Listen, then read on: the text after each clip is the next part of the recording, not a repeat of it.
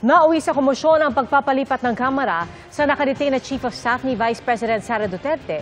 Sa 10 oras ng gabi, uminit ang ulo ng Vice Presidente at sa isang online briefing, nagbanggit siya na kung ipapatay raw siya, may inupahan siyang papatay sa Pangulo, unang ginang at House Speaker. Sineseryoso raw ng palasyo ang banta. Samantala, sumama ang pakiramdam ng Chief of Staff at matapos ilang beses nagpalipat-lipat ng ospital, dinala na siya sa Veterans Memorial Medical Center. At nakatutok doon live si Marisol Abdurrahman. Sol? Pia Ivan, matapos nga ang tila masalimuot na pangyayari na ilipat na rin dito sa Veterans Memorial Medical Center si Attorney Zulaika Lopez. Kasama pa rin ni Lopez si Vice President Sara Duterte, gayon din si Senador Bato de la Rosa. We are going to call them. But we are ordered to implement this immediately. Kagabi, pinuntahan ng mga tauhan ng Legislative Security Bureau ng Kamara ang kwarto sa House Custodial Center ng nakadetining Chief of Staff ng Office of the Vice President na si Attorney Zulaika Lopez. Bit-bit ang kautosang ilipat siya sa Women's Correctional Facility sa Mandaluyong. Who are you transferring me now? Yes po.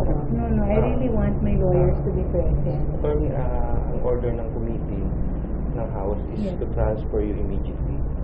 I understand that, but I really like my lawyers to be present. Can we arrange that while on transit? No, I really like my lawyers to be present. Maya-maya, dumating si Vice President Sara Duterte mula sa opisina ng kapatid na si Davao City Representative Paulo Duterte, kung saan 2 araw na siyang nananatili. Ma'am, no, we're just reading po the order. Opo. Sa ikalawang beses na isisilbi sana kay Lopez ang transfer order, sarado ang pinto ng kwarto habang si Duterte nakadungaw sa bintana at nagpakilalang isa sa mga abogado ni Lopez. Before I give you the copy, ma'am, will you please allow me to read it? Yes, ma'am. Yes, ma'am. Thank you so much, ma'am. Okay, ma'am, may I continue? Hindi pa rin pumayag si Duterte na mailipat si Lopez. Sa isang online briefing pasado hating gabi, ikwinento ni Lopez ang pagsilbi sa kanya ng transfer order.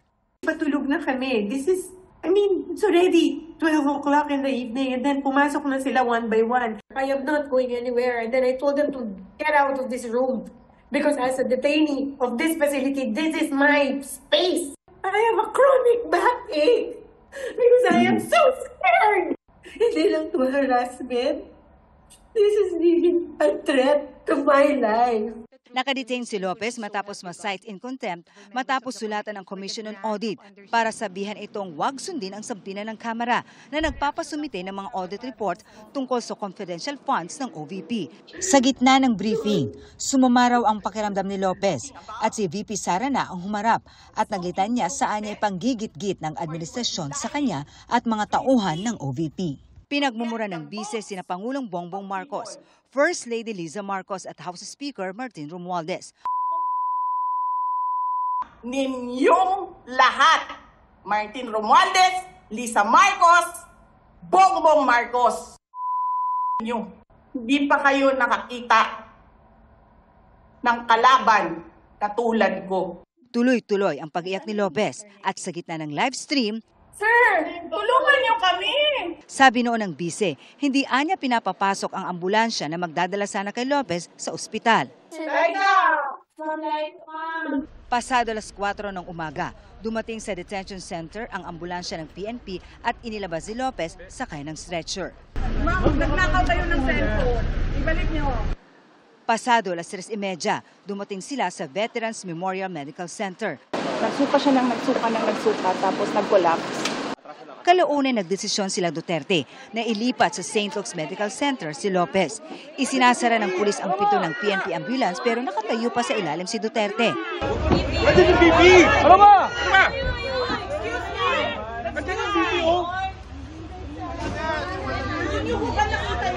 Dito convict. Ma'am, dadalhin po namin sa St. Luke. Hindi. Kanina, sinabihan kayo sa St. Luke. Dinala niyo Hindi dito. ko po alam. Ibang driver po yun. Naku, sir. Ibang driver po yun. Nakita mo yung kondisyon niya? Paano tatakbo yan? Alam niyo na injustice na siya sa mga tao.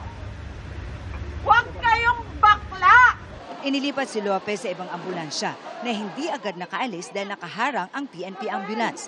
Kinalampag ito ng mga taga-suporta ng bise hanggang sa tuluyan na itong nakalabas. 5:30 a.m. Dumating ang ambulansya sa St. Luke's Medical Center kung saan siya nanatili hanggang bandang tanghali kanina. Sa panayam natin kay Vice President Sara Duterte, sinabi niyang nanalo si Speaker Martin Romualdez dahil nabitinaw si Lopez sa OVP. Natatakot daw kasi ito para sa kanyang seguridad. Samantala, nilinaw naman Ivan Piano ni CIDG Director Nicolas Torres na siya daw ay tumulong lamang sa Office of the Sergeant at Arms na mailipat si Lopez dito sa VMMC. Nagkataon lang daw na siya lamang ang senior official na available. Yan muna ang latest mula pa rin dito sa VMMC. Balik sa inyo. Maraming salamat, Marisol Abdurrahman.